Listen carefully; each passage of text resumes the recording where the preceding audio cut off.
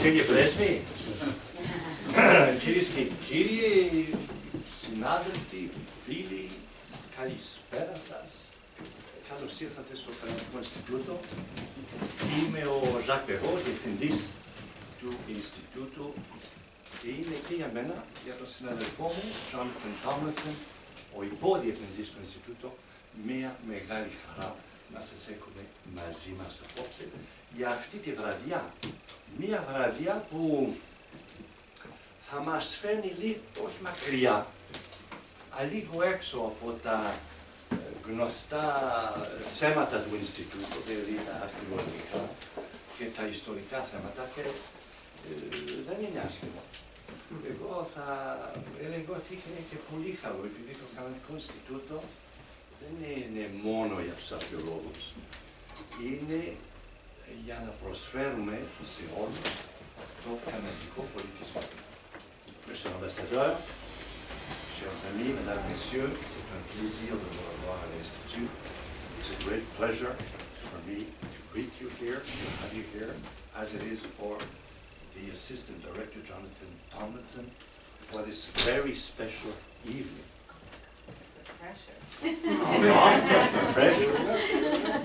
I'm so happy to have met Beatriz Hausner, a very well-known Canadian poet. Yes.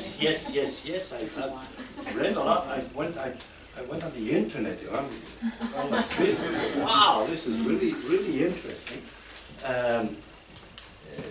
She is Canadian. She is also from Chile. She was born in Chile. She moved very young to Canada, so she has this double culture. But I'd say she has a kind of triple culture because she learned French very young. She speaks the language very well, and so all this mixture, I think, well, gives in your production, in what you write, very interesting aspects. And so we're very happy to have you with us this evening to present.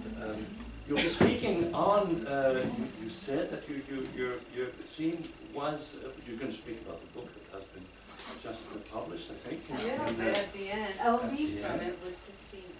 Okay. Okay. So I think I'm going to let you take la place ici. Et puis merci d'être avec nous pour cette première activité de la saison 2019-2020.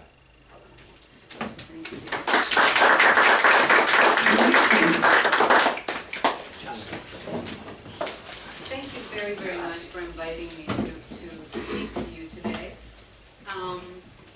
I decided to talk about something quite obscure, but which is of immense importance to me as a surrealist, and it comes from my trying to put together an overview of surrealism in Canada. Of course, surrealism is a kind of system of ideas and a way of being that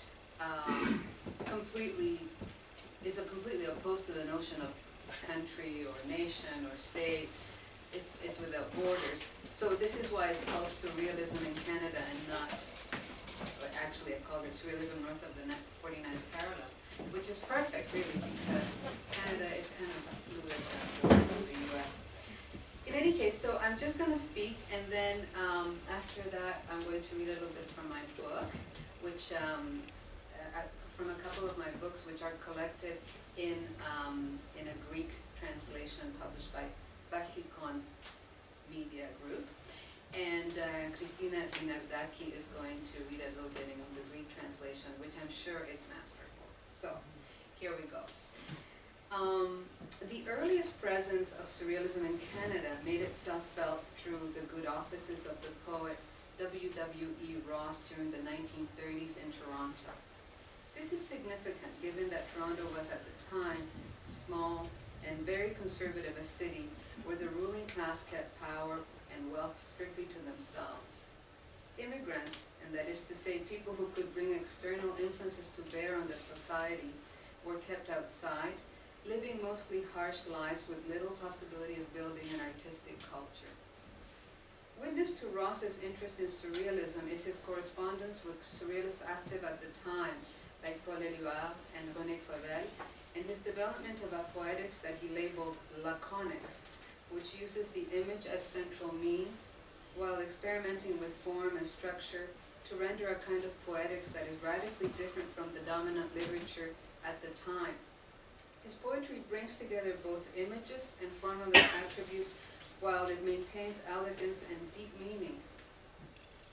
So this is, these are my very, very bad photographs of a couple of books of W.W.E. Ross. This one is a collection put together in the 1970s by Raymond Hausner and John Robert Colombo, and that is the original edition, which I own, of his laconics. The silence that surrounds W.W.E. Ross and his extraordinary contribution can be attributed to several factors. There's the general rejection of what the Protestant Church considered excess, which includes imagery. There was the moralism of the Victorian era, which still prevailed in cities like Toronto. Anglophone Canada's resistance and dismissal of surrealism and its tenets through most of the 20th century was compounded by the fact of its cultural dependence on England, and after the Second World War, on the United States. In fact, until the end of the 1930s, English Canada was socially controlled through capitalist structures that replicated and or served the empire.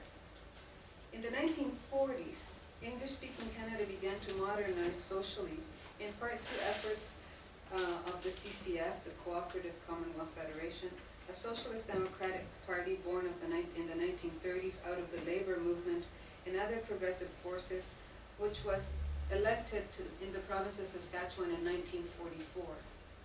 Coupled with the end of the Second World War, the emergent political progressive movements brought about changes that would, over time, result in support for culture and the arts, including in the 1960s and 1970s, the establishment of bilingual culture and education policies at a national level.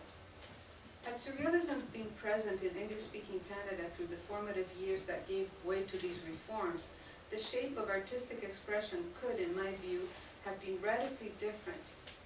Instead, in the literary field, especially in poetry, the dominant paradigms became either representational and realist, generally denoted as lyrical poetry, or formalist, tending towards abstraction and conceptualism, referred to as experimental poetry.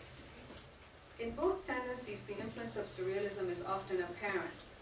However, any mention of the word surrealist or surrealism was, until the early 1990s, used in a quasi-derogatory way to denote a kind of affectation. What this attitude reveals is ignorance about surrealism, its philosophy, and a dismissal of surrealism as a way of being in the world, and relegation of it to a mere style or manner of expression. To someone like me, who has lived by surrealism's philosophy and embraced its values entirely, this has always felt hurtful and vaguely insulting.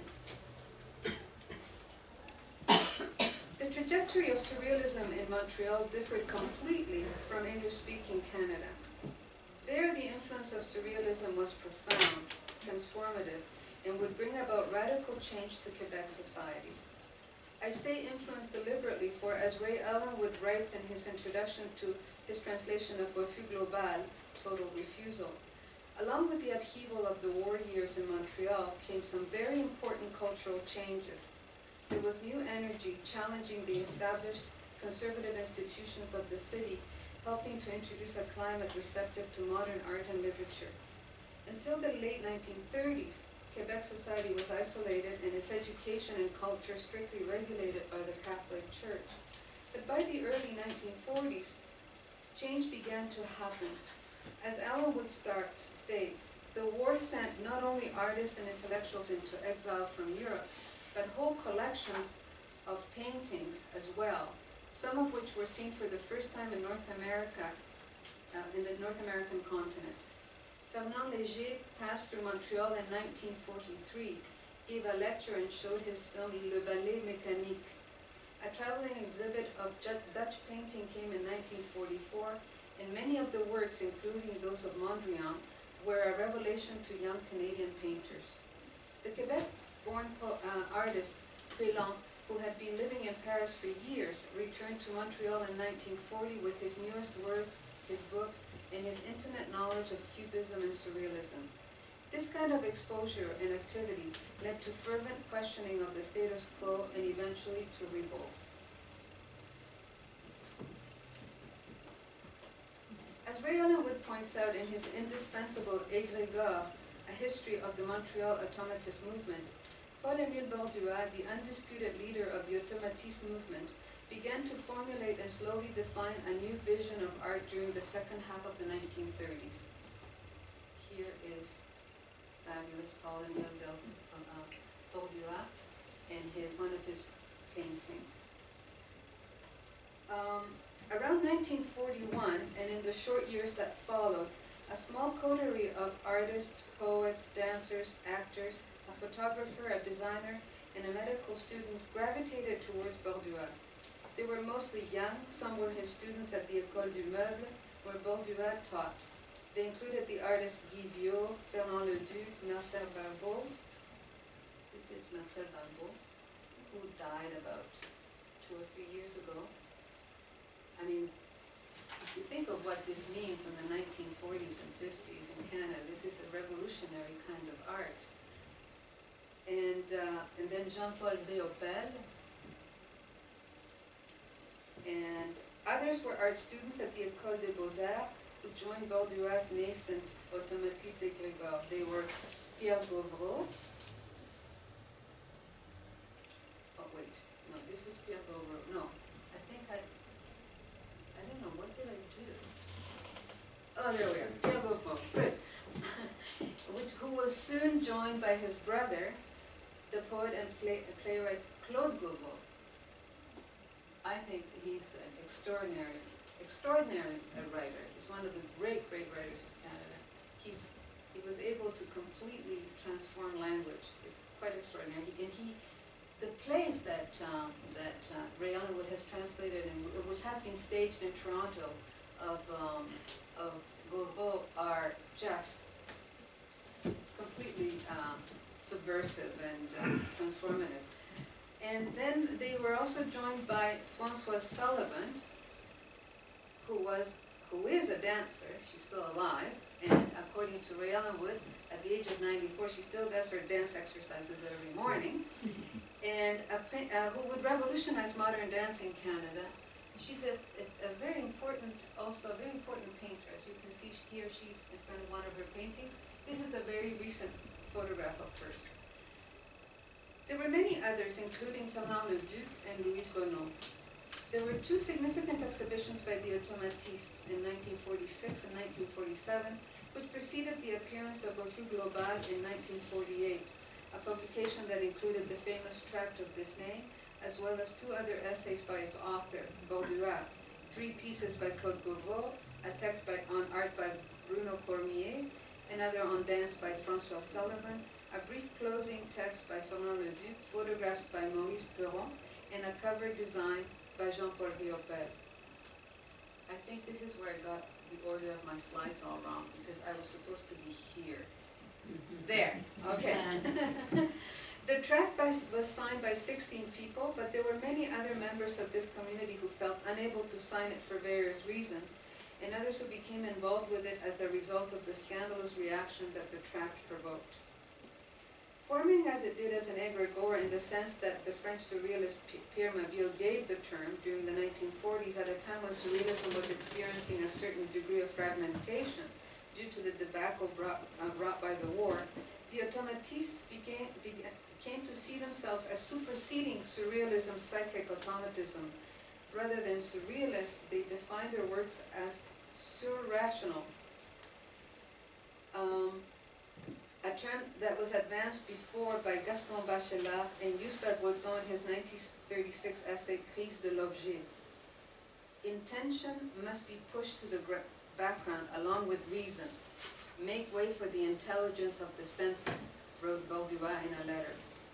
The Automatistes did, nevertheless, understand and absorb Breton's notion of automatism as more akin to a state of mind. The same applies to the Automatistes' assimilation of surrealism as a means of liberation, prompting Claude Gauvreau to state, what surrealism brings, and surrealism alone, are the foundations for a new sensibility. There were other Montrealers during that period, who outside of the Automatiste group embraced surrealism and did so in all its dimensions. The most prominent ones were Jean Benoit and Mimi Parent, who moved to Paris and joined Breton's group in the early 1950s and became essential figures in the international surrealist movement. This is a very bad reproduction of a piece that Jean Benoit made for an homage to Sade.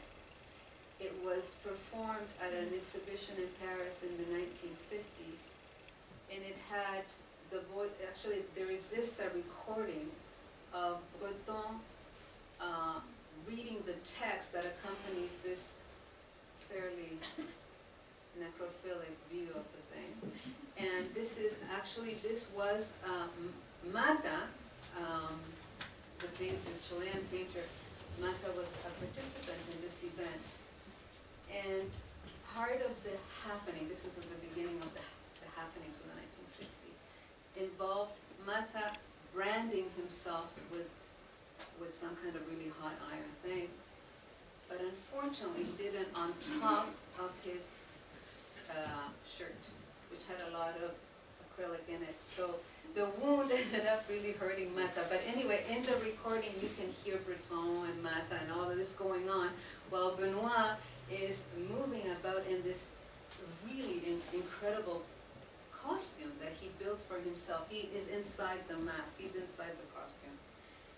And then there is Mimi Parent, who was his partner, his wife, whose art I really like as well. She, this is a kind of objet where the, I don't know if you can see it from the picture, the tie is made out of a woman's hair. Roland Giguère, a poet and visual artist, was also part of this this post-Automatiste group, who moved. He was one of the founders of a publishing house called L'Hexagone, for example, and he moved easily between Paris, the group there, the Phase movement, and Montreal.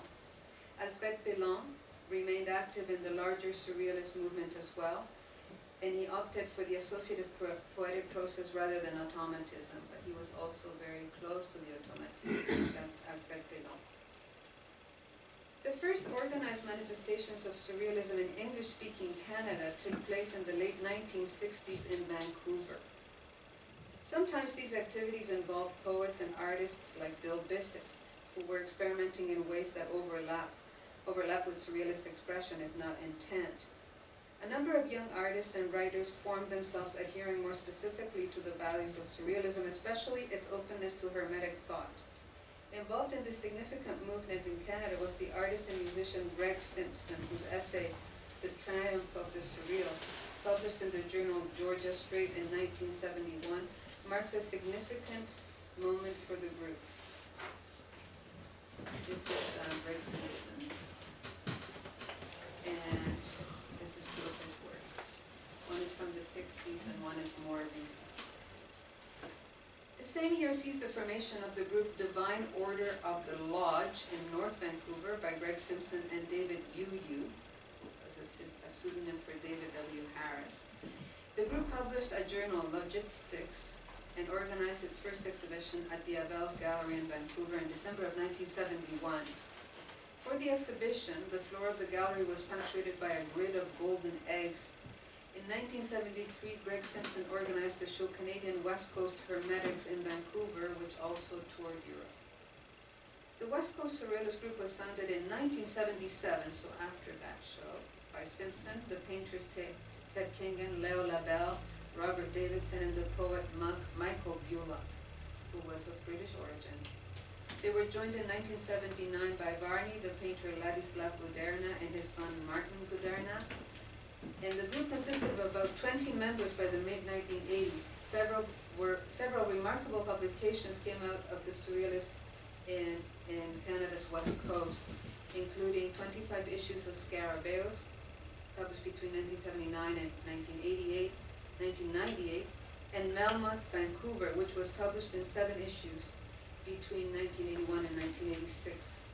Michael Bullock, who had traveled to Britain several times between 69 and 81 to meet with Conroy Maddox. Conroy Maddox is a very well-known British surrealist. He brought Melmoth back with him from the short-lived Melmoth group in London as a sign of a nascent Surrealist International. Thus, the period between 1977 and 1990 proved to be particularly fruitful for the West Coast Surrealist group and Melmoth, Vancouver. So there you have Michael Bullock, who's the late Michael Bullock. He was an extraordinary writer as well, and Ladislav Luderna with one of his paintings. 2003 saw the formation of the Inner Island Surrealist group, spearheaded by Ron Sakolsky, who had recently settled in Denman Island with Sheila Knopper. With a strong commitment to anarchism and surrealism, both have been joined by others in collaborative activities, often involving sound performance, radio, and a surrealist magazine called The Oyster Catcher. Moving geographically east in Toronto, surrealism started with the immigration to Canada from Chile in late 1970, early 1971, of Ludwig Zeller and Susanna Wald, and our family. My parents have always lived according to the values proposed by surrealism and its philosophy at enormous cost, including their being forced to leave Chile hastily and with nothing but 2 suitcases filled with clothes that proved entirely useless for the Canadian winter.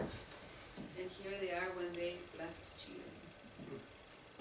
The context of Chile, which Wald and Zeller brought with them, is significant, since it was there that Mandragora emerged in 1938 with sufficient strength to shape the culture of the country in ways that are still being felt today. Notable among Wald and Zeller's activities in Chile before their departure was the legendary cultural experiment that was Casa de la Luna, founded in 1968, and the publishing and curatorial work they carried out through the 60s and up to 1970s, including the legendary Surrealist exhibition held in Santiago just before our departure. Ludwig and Susanna often described how anticlimactic life in Toronto felt after leaving the rich cultural life that characterized Santiago. They quickly realized that they had arrived in a place with no Surrealist activity, that they would have to generate such activity themselves, and would do so often facing the indifference and even resistance of the milieu. With undaunted urgency, they set about making contacts with friendly galleries where they showed their work and the work of their surrealist colleagues. Their activity became earnest around 1973 when they became actively involved in the Phase movement led by Edouard Jaguer, as well as with surrealists outside of the Phase movement. Between 1971 and 1992, the time that they lived permanently in Canada, Wald and Zeller worked assiduously on their own artistic production. Zeller produced many of his major literary and collage works during that period, including the poetry When the Animal Rises from the poetry book When the Animal Rises from the Deep, the Head Explodes, In the Country of the Antipodes, 2 books of collage, and much, much more. Here is a recent selected poem called The Rules of the Game, which we published in Quattro Books as a press that I was a member of. And this is a translation by A.F. Morris, an extraordinary Canadian poet. This is one of Ludwig's books of collage. It's called 50 Collage, as you can see. Wald developed and produced her own art, first in ceramic sculpture and drawing, and then in painting. So this is a book with one of her paintings on the cover, and that's a painting. And they also work collaboratively, inventing a technique called Mirage, which merged seamlessly Zeller's collages with Wald's drawing, watercolor, and painting. This is called The Birth of Venus. And it's collage and painting. It's very large. It's about as big as this picture. The fervor of those years resulted as well in a unique contribution to Canadian culture, namely Oasis Publications, a press devoted to publishing the work of members of the international surrealist movement in many languages in limited and exquisitely designed editions. It was through Oasis Publications that I began publishing my first translations, including Enrique Gómez Correa's Tu Mayo, Edouard Jaguer's The Hollow Beam, and the Argentine Aldo Pellegrini's essay, Poetry is All That Closes the Door to Imbeciles, which appeared in the inaugural issue of the multilingual zine that my parents published called The Philosophical Egg. There are some issues of The Philosophical Egg. Aside from their own work, Zeller and Wald, between 1975 and 1992, organized many exhibitions in Toronto area galleries for artists of the Paz movement, including Eugenio Granel, Debussy, and many others. Our home, needless to say, was an exciting locus where many extraordinary people, artists and writers from different corners of the world converged and established contact with our Canadian friends. When my parents settled in the village of Guayapan in the outskirts of Oaxaca, I took up the torch by continuing to translate Latin American surrealists into English, including Cesar Moro, with whose work I feel a great affinity, Jorge Cáceres, Enrique Gómez Correa, Enrique Molina, José del Valle, and many more. I came into my own as an author and saw the publication of my first poetry collection in 2003. I became and continue to be actively involved in international surrealist activities, participating in events such as O Reverso de Olhar, organized by Carvalho in Coimbra, Portugal, La Chasse à l'Objet du Désir in Montreal, and regularly contribute to surrealist publications and exhibitions. My experience has been greatly enriched since 2000, the year I met the extraordinary duo Sherry Lynn Higgins and William Davison, two surrealists who came into the movement independently while they were in art school. This is the wonderful thing about surrealism now. There are a lot of new people in the movement that have somehow come out of very, very disparate backgrounds and different circumstances, and not at all as part of a deliberate effort to recruit, you know? So this is how William Davison and then Sherry described their entry into surrealism. This is William. As a reaction to the cultural isolation and conservatism I experienced, this is, I will explain a bit. This is, Sherry and William are performance artists. And there was an exhibition of the collection of Arturo Schwartz, who was a very important collector of surrealism. He had a gallery in Milan in the 1950s, 60s. He's the first person who wrote about Duchamp. And so the Art Gallery of Ontario got this traveling exhibition of the Schwartz collection, and they didn't include any Canadian surrealists. So we thought we would do a kind of protest performance, and this is what William and Sherry did. And then there are pictures of them where there's a famous picture by René Magritte of the two lovers kissing through the shroud like that. So they did that with music coming out of the suitcase and all that. It was really great. It was really great. They are performance artists, they're painters, collage artists, and also they do sound. They do surrealist music. So this is how William describes his entry into surrealism. As a reaction to the cultural isolation and conservatism I experienced growing up in largely rural Nova Scotia in the 1960s and 70s, I sought out anything strange, non-conforming, and subversive. In addition to the influences of science fiction, the occult, underground comics, psychedelia, and other odd nooks and crannies of popular culture, like Monty Python, The Prisoner, etc., the discovery of data and surrealism had a tremendous impact on me. I had been getting clues to its existence through translations of European sci-fi, fantasy, bande dessinée, mostly from the French magazine Metal Hurlant, brought to North America via the New York-based heavy metal magazine. Heavy metal also included some very intriguing articles on avant-garde cinema, music, and literature, with numerous references to surrealism. Around that time, late 70s, I found a book called The World of Marcel Duchamp, a Time Life Library art classic from 1966 at the Public Library in Truro, Nova Scotia. All the tantalizing All of the tantalizing if confusing hints and clues I had been encountering up to that point suddenly leapt into crystal clarity! Exclamation. I had been formally introduced to Dada and Surrealism through that book, and my life changed forever.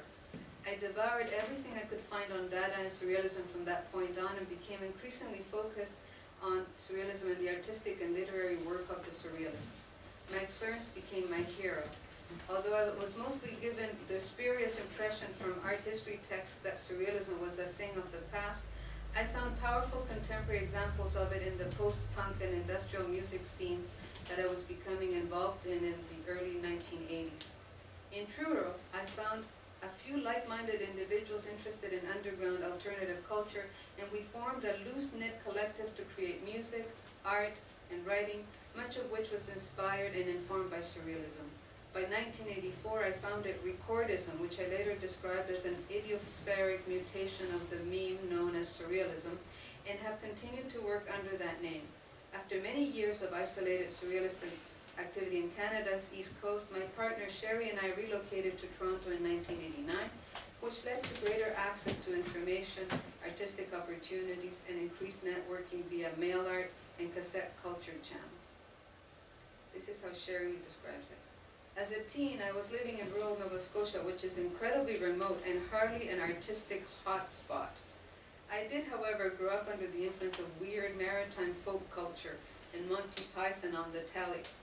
As soon as I could, I moved to a bigger town and found some rebellious kids, a few of whom had already been to art school. They were painters and musicians, all influenced to a greater or lesser extent by Surrealism. With my curiosity piqued, I soon started scouring used bookstores in Halifax, searching for art books, and discovered Une Semaine de Bonté, Max Ernst's collage novel.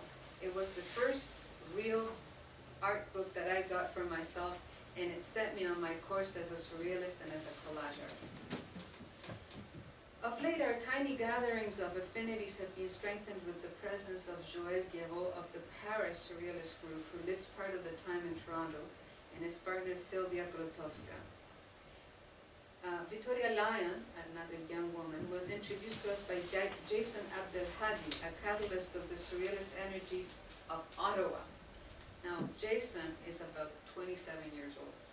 He's very erudite and knows more about surrealism than I do. Anyway, when I asked Abdelhadi to describe his and the Ottawa group's discovery and involved in the surrealism, this was his answer.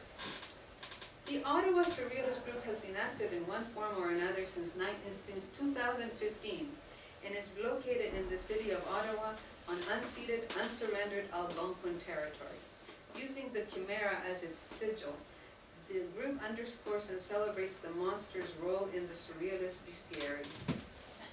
Its virtues, the group believes, are apparent above all other creatures: comic complication and blatant instability over the false streamlining of life. The roots of the group began with the long-time friendship between Lake and Jason Abdelhadi, who both grew up in Ottawa's West End and bonded over mutual nonconformist attitudes and a love for chaos, mythology, black humor, Journey to the West, Lewis Carroll, Dali, the Marx Brothers, and 1930s era cartoons. In 2016, the Ottawa Surrealist Group was officially established and regular meetings began. Our membership has fluctuated over the years, but core participants have included locals and transients, including Jason Abdelhadi, Lake, Jessica Rousseau, and so many others. This is their magazine, Chimera, and they soon joined.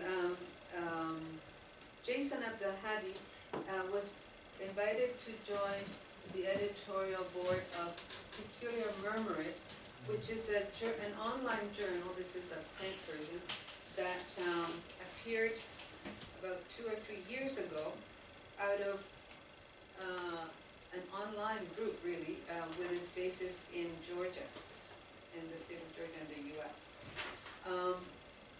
So let me see what he says about that. Yes. So he joined Stephen and Cassie Klein from Georgia, and it's a truly international journal, A Peculiar Murmuring, with participation from surrealists from all over the world, including Michael Lowy, the philosopher who wrote the introduction to my book. So we all kind of send stuff. They have very, very complicated projects that sometimes I don't understand, and therefore I can never meet their deadlines on time because I simply can't decipher what they want. But that's sort of the thing about young people, right? They have very complicated constructs for almost everything that is digitally driven. Don't you think? That's my impression. I'm so old by this point that I'm kind of trying to adjust. Montreal became the locus of surrealist activities once again in the 1980s through the collective Les Boules, whose important contribution lies in the blurring of authorship. They collaborated anonymously in a collective drawing and painting group between 1987 and 2014. A very dynamic figure in the context of surrealism is the Montreal writer Peter Dube. His collaborations in surrealist publications take the form of fiction, poetry, and criticism, with desire as its magnetic pole. Here is Dube's response to my query regarding his origins in surrealism. I discovered surrealism quite young, during adolescence in fact, though I learned of it from a friend, one of a pair of bookish friends I had at the time. I'm sure growing up in Montreal had something to do with it as well. Montreal was, after all, a large city with several universities, a vibrant cultural scene, and a strong tradition of left-wing politics. Importantly, Montreal is a French language city, so when it came to literature as a lad, some of my friends were francophone, and the titles towards which they pointed me were French titles, including surrealist works. Those were urged on me with a particularly heady enthusiasm. The first surrealist texts I read were poems by Breton, quickly followed by the Manifesto and some other things by him in Aragon and Edouard. And I read eagerly. Before long, the world appeared transformed to me. Everything meant something different because what I was learning from the surrealists had to do with much more than literature. It had to do with the ways in which the mind, the heart, the soul exist in connection to the world, and that connection had something to do with desire. The idea has haunted me ever since. So my initial meeting with surrealism took place, appropriately enough, through friendship and my passage into manhood. Also significant is the fact that my discovery of surrealism overlaps the period of my coming out, a fact that seems strangely satisfying to me. I could comment on this, but I've written about it before, so I'll simply say that it is through surrealism that I came to many of my fundamental ideas and concerns: the place and power of the imagination, love and desire as models for our relationship to the world and otherness, the political implications of subjectivity, and the place of elected affinity in making community, and a whole bunch more. Montreal acquired yet another vibrant voice in the move to the city from Mexico in 2005 of Enrique Lechuga, an accomplished collage and music artist. His passionate commitment to surrealism is made evident in his Edición Sonambula. This is a publishing house that he established in 2009, which has come out with about 25 titles. Unfortunately, I didn't take pictures of them, so I don't have them. But they're exquisitely produced because he makes his living as a printer by day. So the books that he puts together are very, very fine things. He has no commercial sense, so he does this very frugally. So I'm just going to conclude, so I don't go on and on and on, by saying that the story of surrealism in Canada is, as the testimonials that I've just read prove to you, a living organism in constant transformation, where combinations of people and mixing of languages and forms of expression prove that the search for the gold of time is ongoing. And the overview I've provided is by no means complete, but it is a start. So, that's my talk. Now, I'm going to move on to me. Okay, so this, I was asked to do a little reading, right, from my text, my poems. So what I'm going to do is I'm going to read, how much time do I have, Jonathan? As much as you like. Oh, come Yes. on. Are you okay still? You're not dying of heat?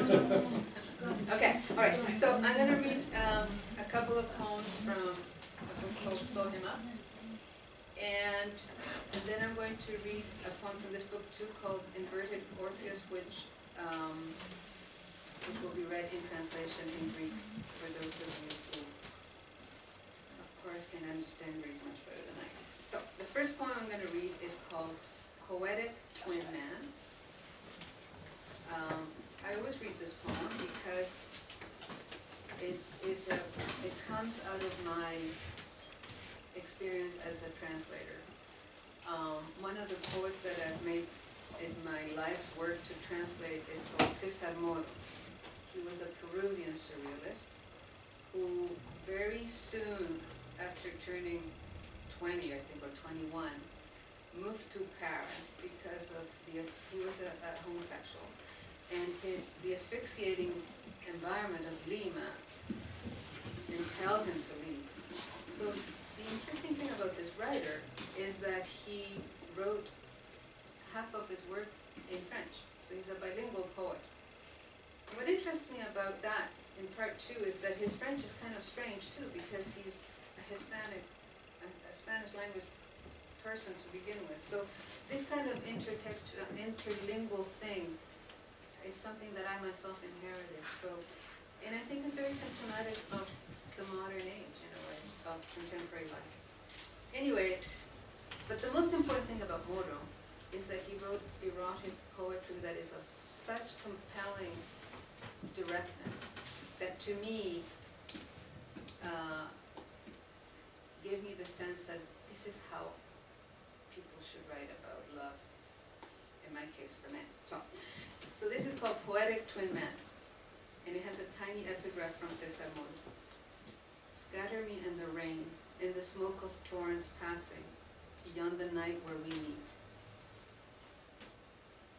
Breakaway man, adopted son of Moorish queens, wrote love mantras with salt on his tongue, saliva seas breaking against his final house, straddling the rocks of the cruel coast. Man of anguish, of hard sex, giving me his song, diamonds crashing in my ear where the North Country hums. Love on Fridays, but not on Tuesdays. The disunited states of the Americas growing wings for the lover of ideal men, always coming, attendant weavers of French finery entering his umbilical Lima of mist and sorrow. He opens the door, pours his brow into mine so we may drink portions of the scandalous life, conjure up rooms where his man and mine can swing from chandeliers like strange animals that moan with pleasure. My twin, made of flesh, made of lust, made of tongue. And this is a poem called Cowhead. I was once in Newfoundland, in the western coast of Newfoundland, where there is that national park, Morn? Yes, Rosemorne National Park.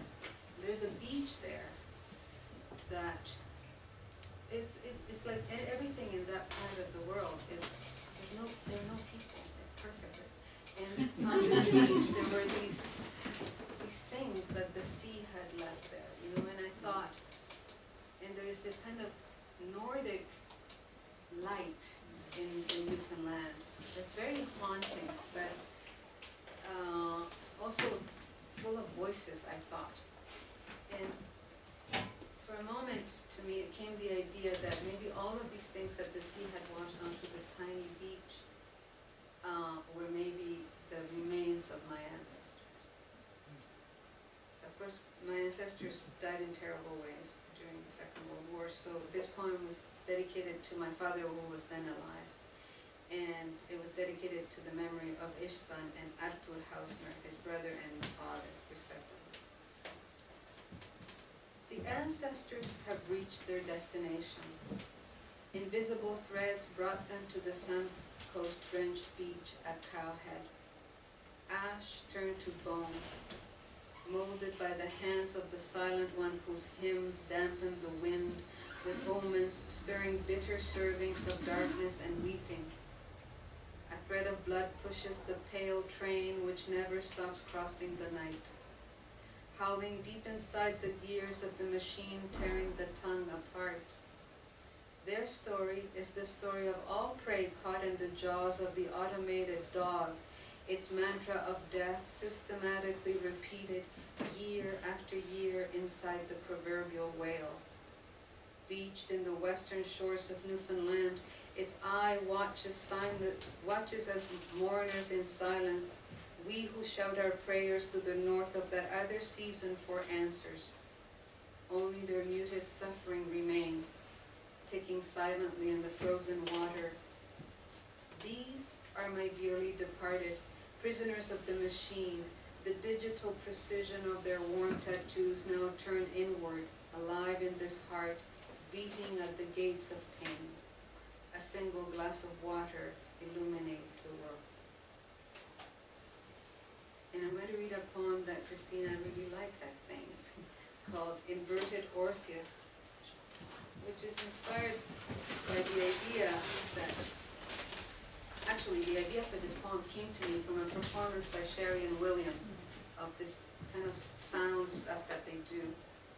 I thought, because it's kind of apocalyptic, some of this metal sound, you know, and I thought maybe hell, which is where Orpheus goes to the underworld, which is hell, could really be above us too, because it came to me the idea of warfare in the air, you know. I started reading some of the stories of Saint-Exupéry where he describes flight, and then I started to read about the battles, the air battles in the Second World War in books, and of course in the news. Now there are drones, right? But there were times when we had terrible machines that were killing machines. And anyway, all of that stuff made me feel that hell for us is not just below, but above as well. So this is called Inverted Orpheus. 6 heads tap their ready-mates, invoking knotted sounds from the spine, source of voice of the prince who lives inside with his body crying and hoarse. From the echo chamber strides the man who daily dons a harness and readies himself for the ascent. He does not like the color of the sky on this day. In the theater of lights, the digits begin to dance with the cold hands of the clock trembling at the hour of dusk and shadow. Contract with guesswork. Bound to the beyond of Apollo, his bones crackle as jagged fatigue begins to eat away at his soul. Face to face with the primordial bird that lives inside the drum, and rising up strings pulled by Callio, source of his life, the fire locks body and soul to crystal, prepares to become one with the night. Occlusions tighten the belt around his brow as the nave rises up the inverted abyss. Other metal angels watch. Their silence fills the curtain night as the winged device lunges headlong into the stilled fluidity of the heavens, leaving all visible horizon behind. Sailor of the first horse, Orpheus hovers high above the vertical plains of stars and planets, proclaiming the arrival of the first one, translucent yet visible among landscapes flooding the unknown like a reversed gulf beyond his ship. His stare is fixed on the needles glowing with the black sun, visible heat, half by pyrrhic forces drawing the star of flesh and blood closer to her. The moon rises before him, and he finally sees the mountains of weighted childhood like towers gone mute. Blackness floods his heart, longing teems in his veins like fire inside fruit. Reaching out to Eurydice, beckoning from an appended garden where the planets shift to the east, to the west, hurling the craft forwards towards repeated bloom and the downward pull of the womb. The horror of illusions works at his fear. Darkest cavity, ominous call downwind to possible gates guarded by a 3-headed dog. The disappearing beacon spell, total break with the world as usual. He is alone with the hymns that teem in his constricted throat. Prince renewed in flight, released from the Stygian powers below, as night repels all visible guidance from earth, curved belly, beginning and end. Erect, never turning his head, he scans the instruments before him. Their sudden clavichords are bridles woven into the eye of his flying Appaloosa. Logic still holds him to life with himself in the heavens. Tension in the muscles echoes, mute pleasure of pain of bones crashing. Turning his neck, the eternal flyer enters a darker inside of the Milky Way, which flows into him and out of him like a fountain, pouring forth worlds that repeat themselves with the staccato sound of his cells, suddenly audible as they explode like stars and comets, reversing their course. Rising Orpheus, here is Eurydice, your bride, unbroken and with you in this total night, where a dark hooting beckons through angels, so we may rise in flight together. So I'm going to ask Christina Vinardaki to read her translation of that poem for you.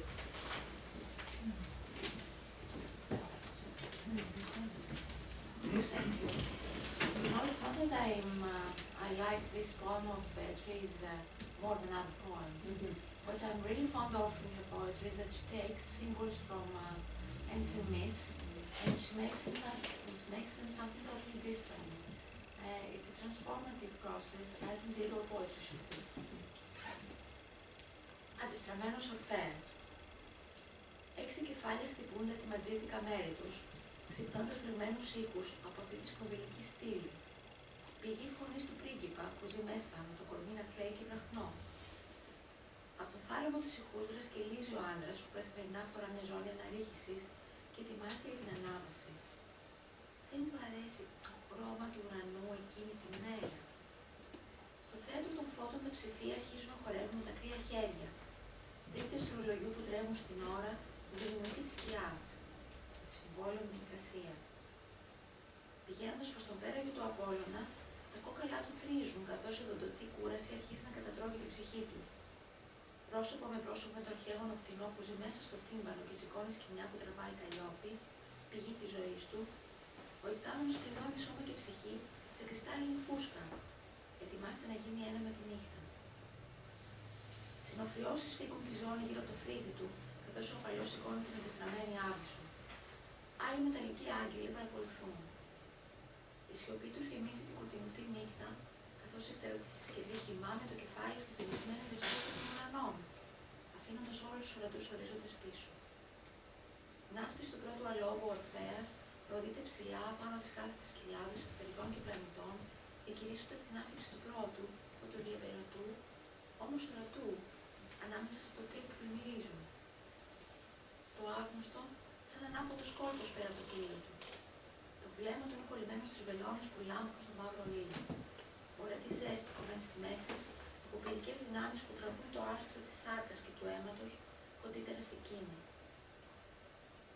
Το φεγγάρι είναι τέλει εμπρός του και εκείνος εν τέλει βλέπει τα βουνά της επιβαρημένης παιδικής ηλικίας σαν πυργούς που έχουν βαθύ. Η μαυρίλα του μυρίζει στην καρδιά του διαφθαρά φωνία στις φλέβες του, σαν φωτιά μέσα σε φρούτο. Απλώνοντας τα χέρια στην επιδίκη που του πνέφει από έναν αποδογυρισμένο κήπο που πλημμύτης κινούνται στην Ανατολή, τη Δύση, εξαντονίζοντας τη χειροκρότημα από επαναλαμβανόμενη μουντάδα και την καθοδική πίεση της μήτρας. Η φύκη των παραισθήσεων δουλεύει με τον φόβο του. Η πιο σκοτεινή κοιλότητα δυσίωνη κλείσει προς σύννεμα προς πιθανές θύλες. Που φυλάει το κέφαλο σκύλος. Οι φάροι που εξαφανίζονται ανακοινώνουν τη συνολική ρήξη του με τον κόσμο, ως συνήθως είναι μόνος με τους ύμνους, που συγκεντρώνονται σε περιορισμένο λαιμό του. Το οίκυπος ανανεωμένος στην πτήση ελευθερωμένος από τις δυνάμεις της τίγρας κάτω, καθώς η νύχτα διώχνει κάθε ρωτή συμβουλή, από γη καμπυλωμένη κοιλιά που αρχίζει και τελειώνει. Όρθιος, χωρίς ποτέ να στρίβει το κεφάλι, ρίχνει μια γρήγορη ματιά στα όργανα μπροστά του. Τα ξαφνικά του σκληροκύμβαλα είναι χαλινάρια φασμένα στο μάτι του υπτάμενου απαλούζα του. Η λογική τον κρατά ακόμα στη ζωή με τον εαυτό του στους ουρανούς. Ένταση στους μύες αντιλαλεί, βουβεί η δονή του πόμου των οστών που σπάνει. Στρέφοντας το λαιμό του, ο αιώνιος υπτάμενος μπαίνει σε ένα σκοτεινότερο εντός του γαλαξία που χύνεται μέσα του. Και από μέσα του σαν συντριβάνει, εκχέοντας κόσμους, οι οποίοι επαναλαμβάνονται με το στακάτο ήχο των κυτάρων του, μπορούν ξαφνικά να ακουστούν, καθώς εκρίνονται σαν άστροι και κομήτες που αντιστρέφουν την πορεία τους. Ανυψούμενη Ορφέα, εδώ είναι η Ευρυδίκη, η νύφη σου, ανέβαφε και μαζί με σένα σε αυτή την τέλεια νύχτα, όπου ένα σκοτεινό κλάμα γνέφει μέσα από αγγέλους, ώστε να μπορούμε να υψωθούμε σε πτήση μαζί.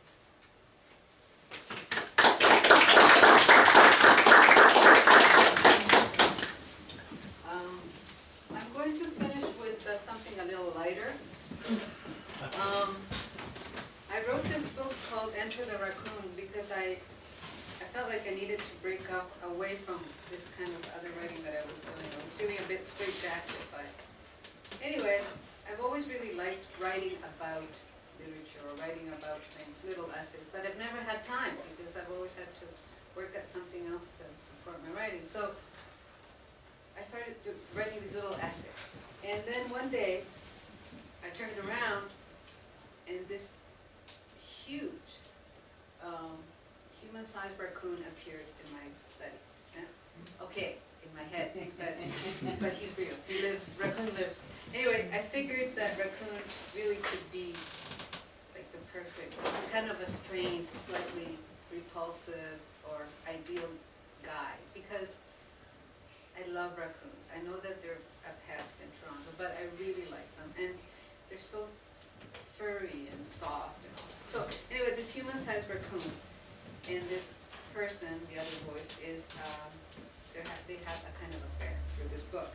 And the way in which I figured out how to write this after many months of trying is I have this little essay, a meditation sort of thing, and then a kind of divertimento featuring raccoon.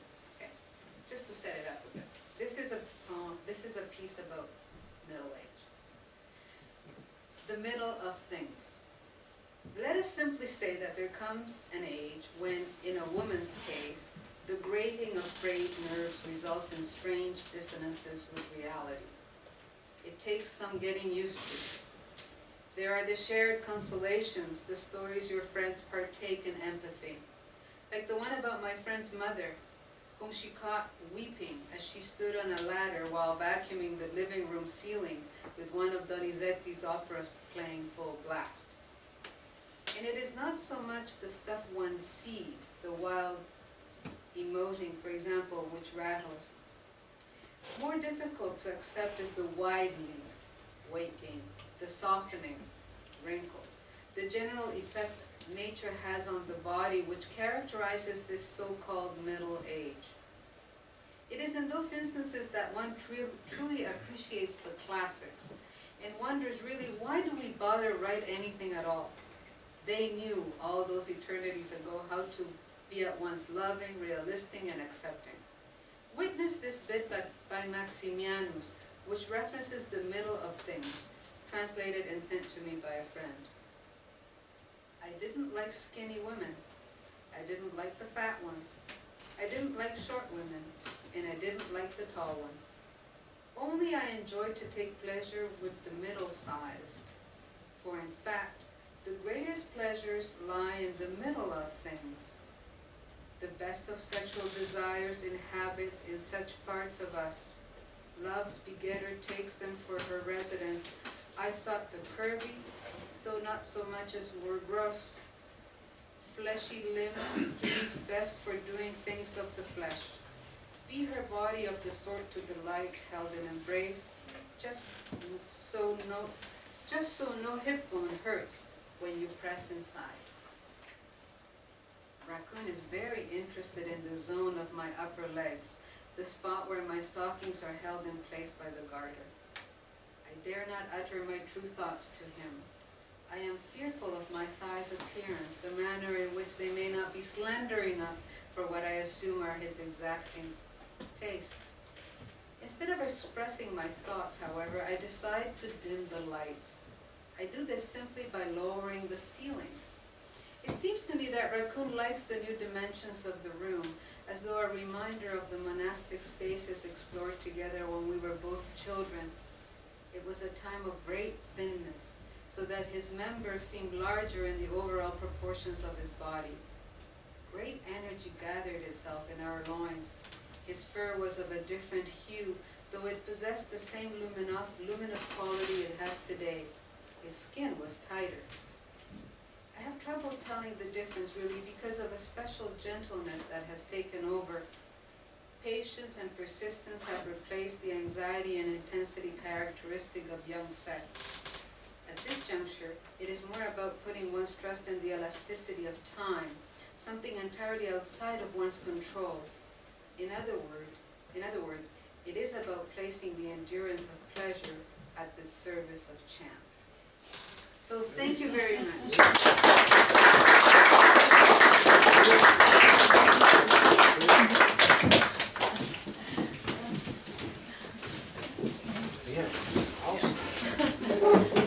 Thank you. Oh, you're welcome. It was fascinating, really, really. I, as a, can you?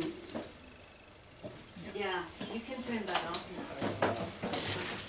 But I was, as a Quebecois, you know, who grew up with Le Refus Global, learning about les Automatistes and all those artists you're speaking about, it was nice to see how things developed elsewhere in Canada and how all this acted on you and on your work and how you grew up with this, and it was really fascinating. And your readings, your production, it's really, really, really, really extremely interesting to see how it Dube, and how it flows very nicely in Greek also. She's my voice. Yes, thank you. Do we have any questions? Yes? Would you prefer a particular language in reciting your poetry? I really like English. I really like it, yeah. I mean, I wish I spoke it without so much accent. You know, it's very, as I become tired, my Spanish accent comes through, I know. But I really like the way in which English is so flexible in a way, you know. It's very malleable. You can really do interesting things with it. Yeah. Hold on, French. I mean, I think I love to listen to men speak French. I mean, oh my God, it's such a sexy language. You know. But I mean, I could never speak French like that. I could never write in French. It's a very difficult language, French. And the poetry in French is so much better. I mean, I would never pretend to do that. Yes. Thank you very much. That was fantastic. I learned a lot. I'm very interested in your role as a translator yourself, and as a translator of surrealist literature.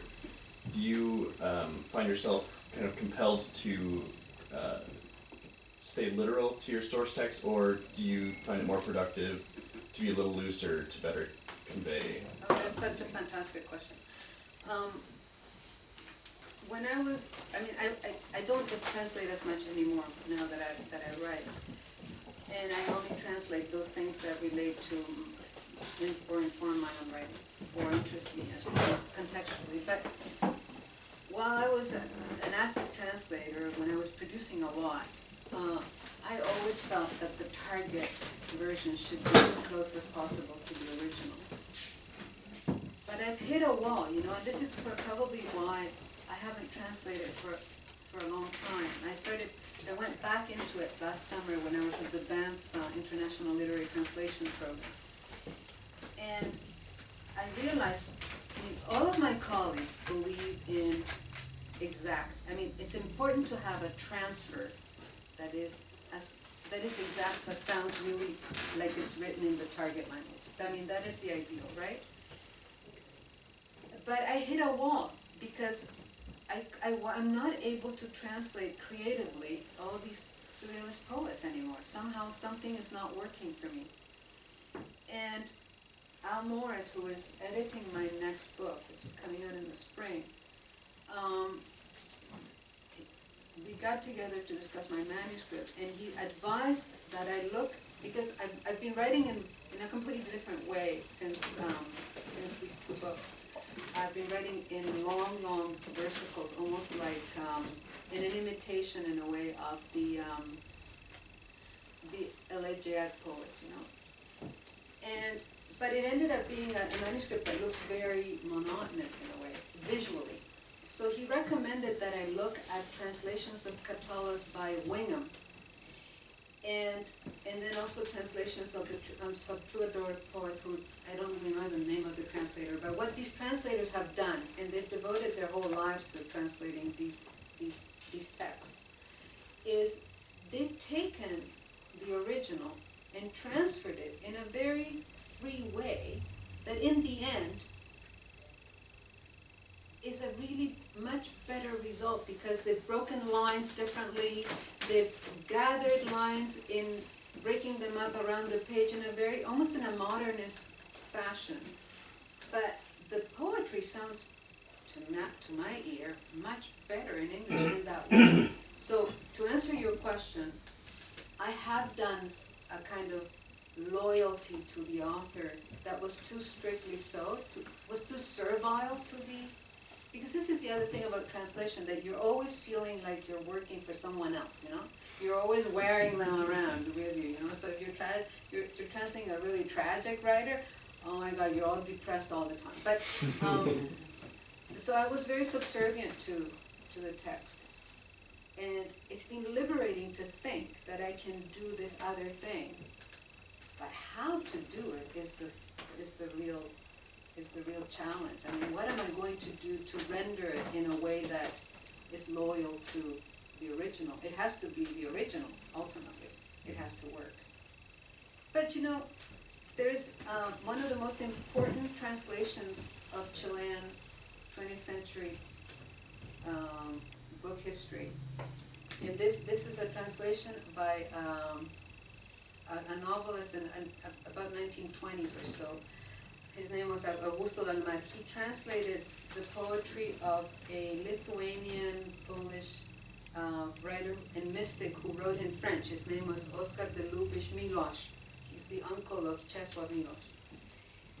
And the way in which del Mar translated Milosz is extraordinary, because he decided that one of Milosz's most famous poems about La Reine au Cabo Mama, it's called in French, he just eliminated the last two stanzas in his translation because he felt that they didn't fit. And in the end, I mean, I'm terrified, but I don't know how to do that even. But in the end, the book is so compelling and influential that you can hear the voice of Milosz in all the poetry of Gabriela Mistral and Neruda and Rosa Maria del Valle, and all the poets that came after that period. And you know, two of them are Nobel Prize winners. So that tells you something about the effect of a single translation. Yes, you had a...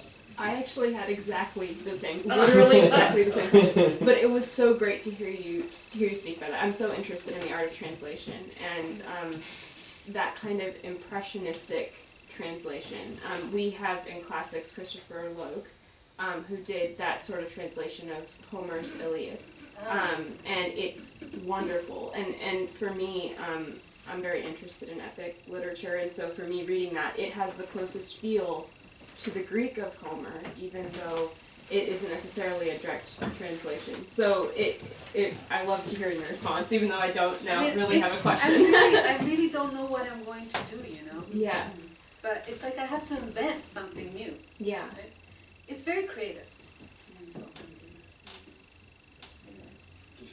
Well, congratulations. I'm very ignorant about Canadian surrealism. Well, most people don't really confess my ignorance. The first time I got interested in this, I think surrealism became from literature, if I'm not mistaken, in the beginning. Yes, and then it was developed in the major artistic and perhaps political also. At the same time, all together, yes. yeah. Well, the people who certainly drew my interest, I was struck by the work. This was Salvador Dali and Pablo Picasso. Can we say that he was? Yes, he belonged to the surrealism. Yeah. So, do you think they have kind of influence your work, or can the surrealism in general, do you think there is some interaction? And Absolutely, because what kind of? Because surrealism, what it proposes is the erasure of the different states of the mind. It's a complete liberation of the mind and of the person, of human being, of society, because we are not alone in the world. So initially, Breton was very influenced by Freud, right, by the discoveries of Freud. And there is correspondence between Breton and Freud, and in fact it's one of the Greek surrealists who wrote about this. I saw there's a wonderful anthology of Greek surrealist poetry translated and edited by Nikos Stavakis, published by the University of Texas Press. Anyway, the notion that the unconscious and the liberation of the unconscious mind through automatic writing, dreaming, altered states induced by whatever. I mean, Breton wasn't particularly interested in drugs, but many surrealists have experimented, like a surrealist like Antonin Artaud, you know, in his trip to the Tarahumara country in Mexico, experimented with peyote, you know. So it's the idea of a liberation of the self and a liberation of the world, and for the idea of creating a more complete reality. And it's a constant struggle, because, and I don't think that the surrealists are any different than other people who want this. It's a struggle because the world conspires constantly against freedom. There are barriers everywhere. You know, we have to work 9 to 5 or whatever, you know. And we have to adhere to a specific, no, why? Why do we have to work 9 to 5 in something we don't want to do? Why? The world would be a better place if people could do what made them happy, you know? So that's the notion. It's a way of thinking, of perceiving reality. So in Dali's case, he represented it by a kind of figurative way of distorting reality, right? And juxtaposing. The first definition of the surrealist